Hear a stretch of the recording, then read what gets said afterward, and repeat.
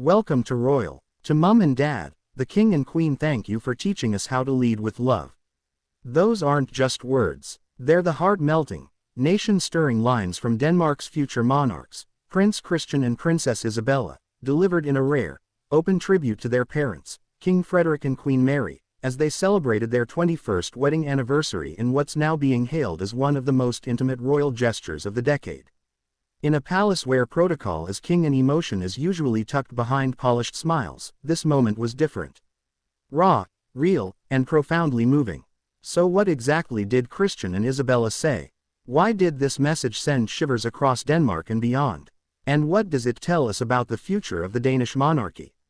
A nation on pause. The royal anniversary that meant more than ever. On the evening of May 14th, the halls of Amalienborg Palace shimmered under candlelight. It was no ordinary night. Denmark's King Frederik X and Queen Mary were marking 21 years since they stood before the world in 2004 and promised to walk life's path together. And while the royal gala was resplendent, guests in glittering gowns, the Queen in diamonds, the King in his ceremonial blue sash, it was a quiet, unexpected message from their children that stole the spotlight. As the Danish Broadcasting Corporation aired the highlights of the anniversary, viewers were taken by surprise when a joint video message appeared on the screen, delivered by the royal siblings themselves. Standing side by side, Prince Christian, now 19 and Crown Prince of Denmark, and Princess Isabella, just recently turned 18, looked every inch the image of calm maturity. But it was the emotion behind their eyes and the carefully chosen words that cut through centuries of royal stoicism.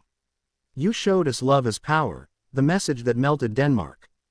Dear Mum and Dad, Christian began, his voice steady but unmistakably heartfelt. We want the world to know that the King and Queen we see in the public eye are the same Mum and Dad who tucked us into bed, who made pancakes on Sundays, who held our hands when we were scared. And who taught us that love is not a weakness, but a strength. Isabella, always confident but with a softer tone, added, watching you both, through joys and struggles, showed us what it means to fight for love. You've made us proud not just to be royals, but to be your children.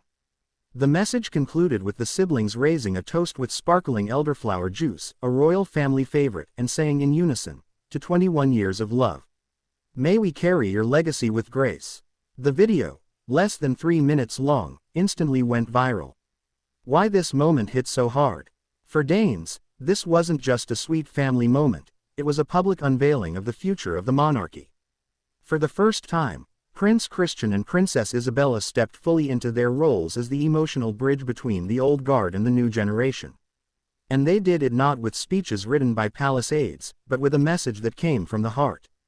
There was no stiff military backdrop, no heavy medals or royal protocol, just two young royals standing as children before their parents, but as heirs before their people. This struck a chord because the royal family had, just months ago, weathered a storm of change. The abdication of Queen Margrethe, the swift, unexpected rise of Frederik and Mary, the scrutiny over Denmark's role in modern monarchy. Amid this tension, Christian and Isabella offered the nation a moment of healing. The timing, why now matters. This wasn't just any anniversary. 21 years is symbolic, it mirrors the age of adulthood in most parts of the world. It suggests maturity, evolution, growth. It also comes at a time when both Christian and Isabella are entering new phases of public life. Christian has begun taking on more royal responsibilities, attending solo events, and preparing for international diplomacy. Isabella, freshly 18, is slowly emerging as one of Europe's most stylish and poised young royals, often compared to a young Queen Mary herself. By coming together to honor their parents, the royal siblings did more than celebrate an anniversary. They reassured the public that the Danish crown's future is in steady, loving hands. Royal body language, a subtle message to the world. Experts in royal protocol were quick to analyze the video. Dr. Anne Christensen, royal historian and body language expert, told Danish newspaper Berlingske, what struck me most was not what they said, but how they said it. Christian stood protectively beside Isabella. She turned slightly toward him, suggesting respect for his position as heir. He acknowledged her with a nod when she spoke. These are small gestures, but in royalty, small gestures are everything. This coordination showed a united front. A sibling bond rooted not just in family, but in duty. And viewers noticed. Social media was flooded with comments like, "I'm crying. They are the future we needed.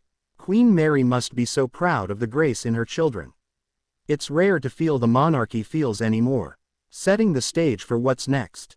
If anyone doubted whether Christian and Isabella were ready for the spotlight, those doubts just evaporated. This message was not a one-off. Insiders say it's part of a broader effort by the Danish royal house to position the young royals as more accessible, more emotional, and more in sync with modern values. And it's working. Christian and Isabella aren't just figureheads anymore. They're becoming voices, gentle, humble, but powerful. In honoring their parents, they revealed themselves. And the nation was watching. The heartfelt message from Prince Christian and Princess Isabella wasn't just a sweet tribute, it was a seismic royal moment, shaking the very foundation of what the public expects from the Danish monarchy. Because, let's face it, royal anniversaries usually involve glitzy dinners, curated photo releases, and carefully worded palace statements. But this time, something felt different. It was personal, it was real, it was a declaration, not of power, but of emotion. And the people loved it. Breaking down the message, word by word, let's revisit the full statement and pull back the layers. Prince Christian. Dear Mum and Dad, we want the world to know that the King and Queen we see in the public eye are the same Mum and Dad who tucked us into bed, who made pancakes on Sundays, who held our hands when we were scared. And who taught us that love is not a weakness, but a strength. Princess Isabella, watching you both, through joys and struggles, showed us what it means to fight for love. You've made us proud not just to be royals, but to be your children. And together, they raised their glasses and said, to 21 years of love. May we carry your legacy with grace. Now, why does this matter? Because this wasn't just children talking about their parents. This was the next king and queen in waiting, reflecting on the soul of a monarchy built not just on tradition, but on transformation. King Frederik and Queen Mary didn't just inherit crowns. They rewrote what it means to be royal in the 21st century. Christian and Isabella didn't just praise their parents' love, they signaled to Denmark and the world that they understand the importance of legacy, continuity, and emotional leadership. And in doing so, they threw open the palace doors and let real human feeling flood out. A strategic masterstroke from the palace. Our spontaneous family moment. As the message went viral, royal watchers couldn't help but ask, was this heartfelt tribute truly spontaneous? Or was it part of a deliberate communications strategy? One former court advisor, speaking anonymously to BT magazine, shared a surprising insight. This wasn't scripted by palace PR. Christian and Isabella approached the team themselves. They wanted their message recorded, not rehearsed. The authenticity is real, and that's what makes it powerful. If true, this is a revolutionary shift. It means Denmark's young royals are not just figureheads. They're strategists, storytellers, and emotionally intelligent leaders in their own right. Public reaction. An outpouring of royal emotion. Within hours of the message airing, #Christian and Isabella trended on Danish Twitter. Instagram fan pages were flooded with messages like, "I'm bawling. The future of Denmark is bright. This is what real royalty looks like, humble, loving, human. I've never seen Christian speak like this. He's ready. We all see it now." Even media across Europe picked it up. In the UK, the Daily Mail described it as a rare and raw glimpse into the heart of Europe's most grounded royal family. Spain's El País called it a lesson in grace and legacy. And Australia's Herald Sun praised Queen Mary's influence, hailing her as the royal who raised leaders, not just heirs.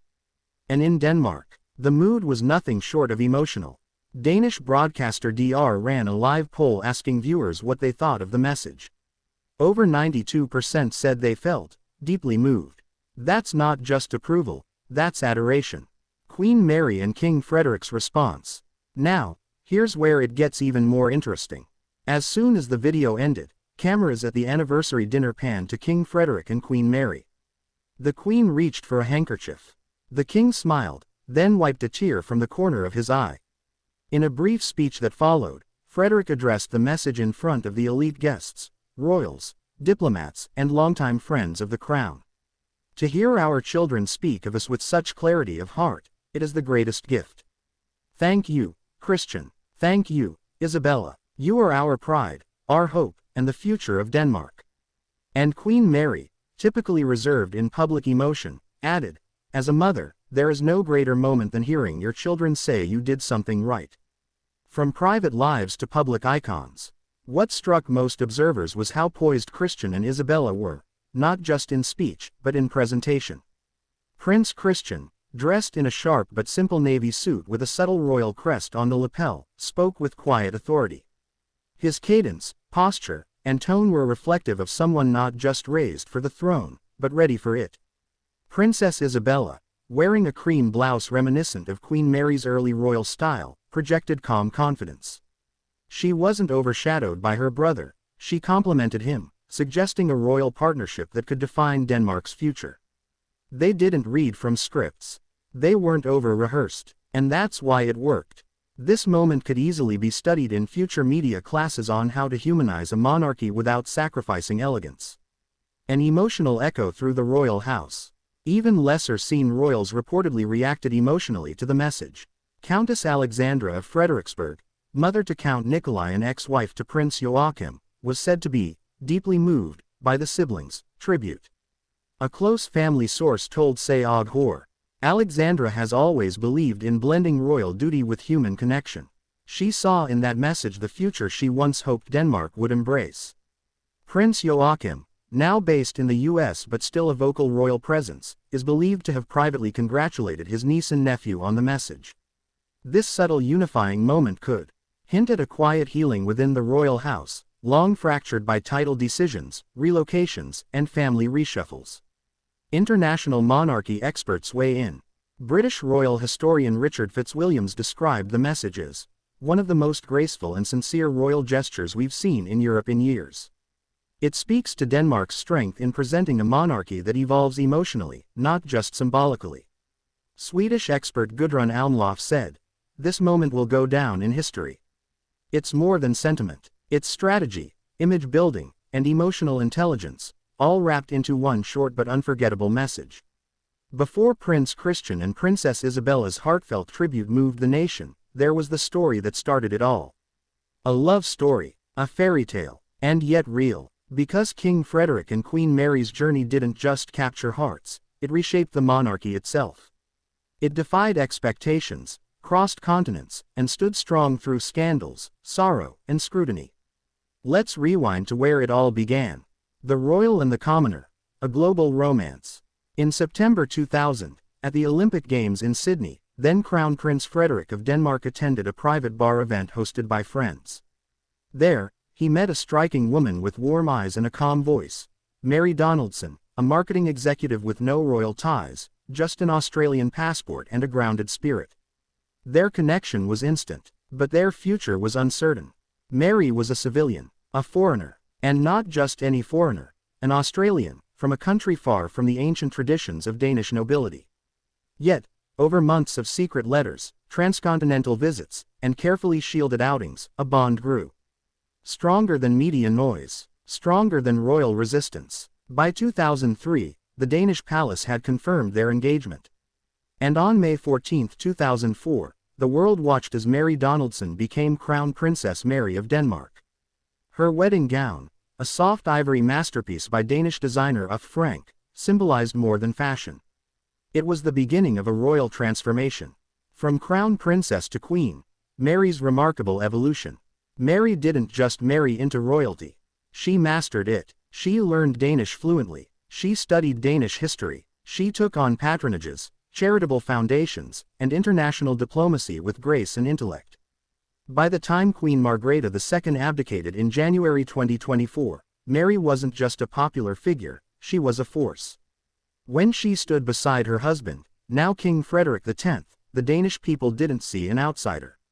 They saw their queen. Behind palace walls, the hidden battles and triumphs. The royal marriage hasn't been without challenges.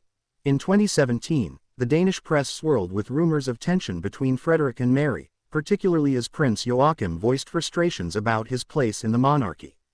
Internal divisions around title reshuffles, relocation plans, and family decisions added fuel to the fire. But Mary and Frederik remained a united front. They weathered tabloid storms. They stayed the course, together.